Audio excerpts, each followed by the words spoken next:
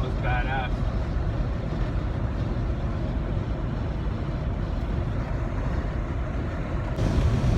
That is cool.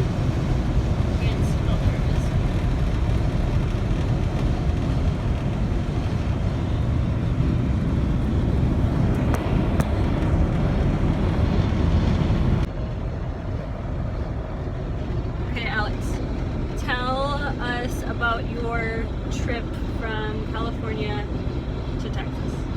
Trip wasn't bad. The truck wasn't the best. Anytime there was an incline or the temperature was over, ambient temperature was over 100 degrees, it overheated. So I drove about 1,300 miles with the heater on in about, I don't know, 1,000 miles with the heater on in at least over 100 degree weather. I think the coldest it wasn't until we got to Texas, right? Till like we got almost home, and then it was like in the 90s. Coming out of California wasn't bad. Okay, so in Orange County. Yeah, Orange County, Orange County, it was 60s or 70s because we left at about 11. Yeah, once we got into Riverside County, it started picking up. And then, I mean, you guys know how Imperial Valley is. It was over the hundreds in Imperial Valley, So we got out of California, or we got out of Orange County. There were a couple of car accidents. No, that was in Riverside County. That Right. was off the 60. So Yeah. on the 60 through the canyon, Yeah. we were going 30 miles an hour for a while. I don't remember going slow, honestly. I thought We were coming down the hill, and we were the going. accidents were on the opposite They side. were on the opposite side. They were going west. But our lanes did go slow because I remember walkie-talking to you and saying, "Oh, I'm glad they're going slow because we were going down a hill, and I didn't want to be going fast with that trailer down that sharp of a hill." So we were driving down the hill in the canyon, and I was thankful that we were going slow because I had the trailer. And that's when it started getting hot. And then, so was it maybe Palmdale? We don't go through Palm Palm Springs. Sorry, Palm Springs, or a little bit after that when you started overheating. Yeah. And that it was getting into like the 113 degrees, I think, is what the hottest was. I saw 113. And so you were starting to overheat, and you I did overheat. so we pulled over to take our time. Was that before we had gone and done our first round of gas?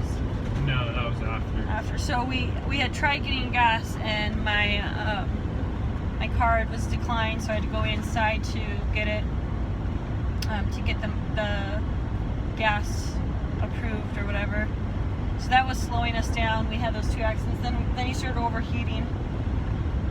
So the trip wasn't bad, but it wasn't great. And it took a long time. I mean, the truck only did the fastest it would go would be 70 miles an hour. Speed limit is 70 most of the way until you get to Texas, where the speed limit's 80. The truck can't even go that fast. So what we had done before is 20 hours and 22 hours. Right. 22 hours when I didn't drive, we didn't trade, you took a quick nap, and we kept going. 20 hours when we traded. It took 22, but that's because we had Hunter and we had to stop and pee and stuff like that. So we were expecting at least 22. Like the minimum we figured we could do is 22. It took us 26. Well, we left at 11. And we got here at 5. 5 or 6-ish. So, it was almost 30 hours. It took us, I was expecting 24 hours, I think. I was giving a couple hours, and then it took us almost 30. We slept for a while, though.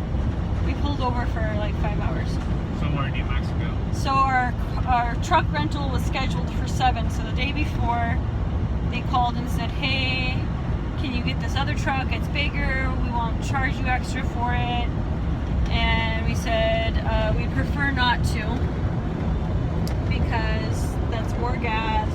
We're supposed to be towing a trailer. We were gonna try pulling the trailer with it, and so we didn't want it extra length. We said, well, can you just get us something? It doesn't have to be there from there. Get it from someplace else and bring it there.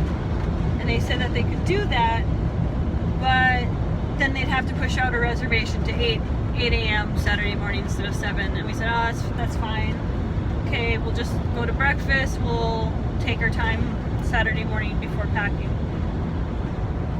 Then 8 o'clock comes, and we called them, and they said, oh, it's in transit. And like an hour later, we called them again. So it's 9 o'clock. They said, oh, it's still in transit. It was 10:45 when they called us and said that our truck was ready for pickup. So by the time we got there, picked it up, finished doing whatever we were doing, and then brought it back, it was 11 o'clock when we got it back to the house. And Alex and his dad and his brother started loading up the toolboxes.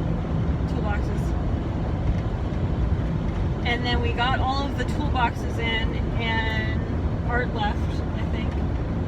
And we had started loading some other stuff, and it turns out there was a leak in the truck.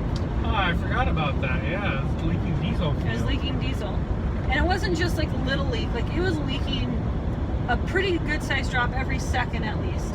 Yeah. It wasn't like you wait a couple seconds, it slowly drifts down, but it was like 1, 2. It probably lost the cord from the time where we picked it up, filled it up with fuel, parked it, started loading it, and the guy came and fixed it. So we called the guy, and they said, well, is it empty? Well, no, it's not. Okay, so then they sent somebody over. They fixed it, whatever that was. Didn't reimburse us for our fuel, though. And it wasn't fixed. It wasn't fixed, but it looked fixed. Good enough. It was good enough. We finished packing it, and pretty much when it was done being packed, we said, oh, it's still leaking. We're like, but it wasn't leaking as bad. It wasn't like drip, drip, drip. It was more like drip. Drip every couple minutes. So Drip. I never saw it drip after that. I just saw the puddle. So we finished it at about 6 or 7, I'd say, on Saturday. So that wasn't too bad. It was about 6 or 7 hours of packing. And then we were planning on leaving between 8 and 10 on Sunday. Gave Hunter a bath, finished packing everything up, went to breakfast. Ended up leaving at 11. I think it was 11 exactly when I texted my mom and my dad and said we're leaving. And we were driving out. And that's when we came to those accidents, and then the decline and the overheating. So after it started overheating, Alex pretty much drove with the heater on the rest of the way, right? Yeah, all through Arizona. It quit overheating in Arizona and New Mexico because it was 10 o'clock at night and the temperature was about 80 degrees. No, I do not think it was that cold. I think it was still in the 90s. Well, It was still really hot when the sun went down. It wasn't overheating anymore. Still couldn't have the AC. If I had the AC on, it would overheat. So that wasn't too bad. We pulled it to sleep, and then we took off. We started driving at 6 o'clock New Mexico time. I think it was 5 because it was still flying time. 6 Because o'clock. it said 4 on here. For sure. And it was an hour. My phone said 6 o'clock. Okay. It was 5:50 something by the time we actually started taking off. And then it was good for a while until about we got to probably Las Cruces, or at least a little bit more east, maybe almost into New Mexico, or El Paso or Anthony, Texas, something like that. Started overheating and drove with the heater on the whole time. That seemed to help, at least when I was going uphill, and as long as, like I said, as long as I didn't have the AC on. We didn't stop except for to go to the bathroom and get gas.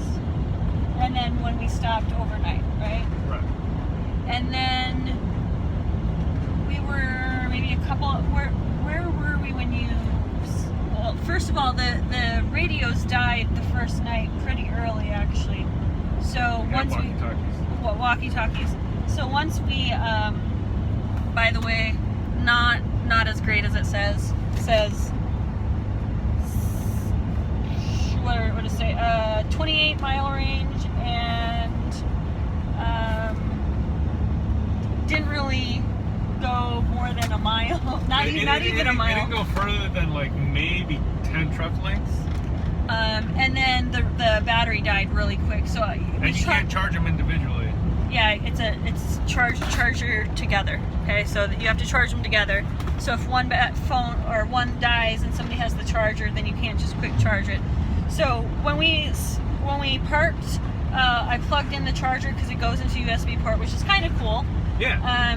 Most definitely. But it went till it said full. It charged till it said full battery life, and then the next morning we used them. So from 6 o'clock until 3. It lasted like maybe 6 hours, 8 hours. And that wasn't. I mean, it wasn't constant talking. You know, that was every once in a while. Hey, it looks like you're swerving. Hey, it looks like this. Hey. Hey, you have a blowout. Oh, hey, you have a blowout. So, where was that? That was coming up to Odessa. So Odessa is 500 and something miles from Weatherford, I think it said. And if Josiah is savvy enough to edit stuff in, maybe she can put it right here. She can show you guys what happened. I don't know if I can keep playing the video and the audio, and then put another video. We'll see what I can do. But Alex radioed in and said, "Hey, looks like you got a flat." And then I was like, "What? And then I'm looking in the rear view mirrors, and then he goes, "Oh, never mind. Oh wait, nope, you do. Pull over. You got to pull over." So I pulled over across the lanes because I was in the left lane, and we started. We got the jack out of the moving truck, and we got the spare out of the moving truck, and we got out. And Alex goes, "Oh, this would be really cool if you could just video this." So from the time I started videoing to the time he finished was 3 minutes. So that means he changed the tire on a freeway in 106-degree weather, or 106 or 109. I don't know. I might be dyslexic. Weather in 5 minutes. So that just is super impressive to me, and I'm going to tell everybody from now on, like, just how cool that is. So that was our trip. When we got back, we started unloading, but it was raining. So we did as much as we could. Unloaded until like 10 o'clock. We got home at like between 5 and 7 sometime. Started unloading. Unloaded everything yesterday by ourselves. Well, I mean, no one else is going to help us. Took apart the toolboxes. While we were doing that, it was raining. Mowed this morning until we ran out of gas. Went in town, got some gas, returned some stuff. And now we're back home. So.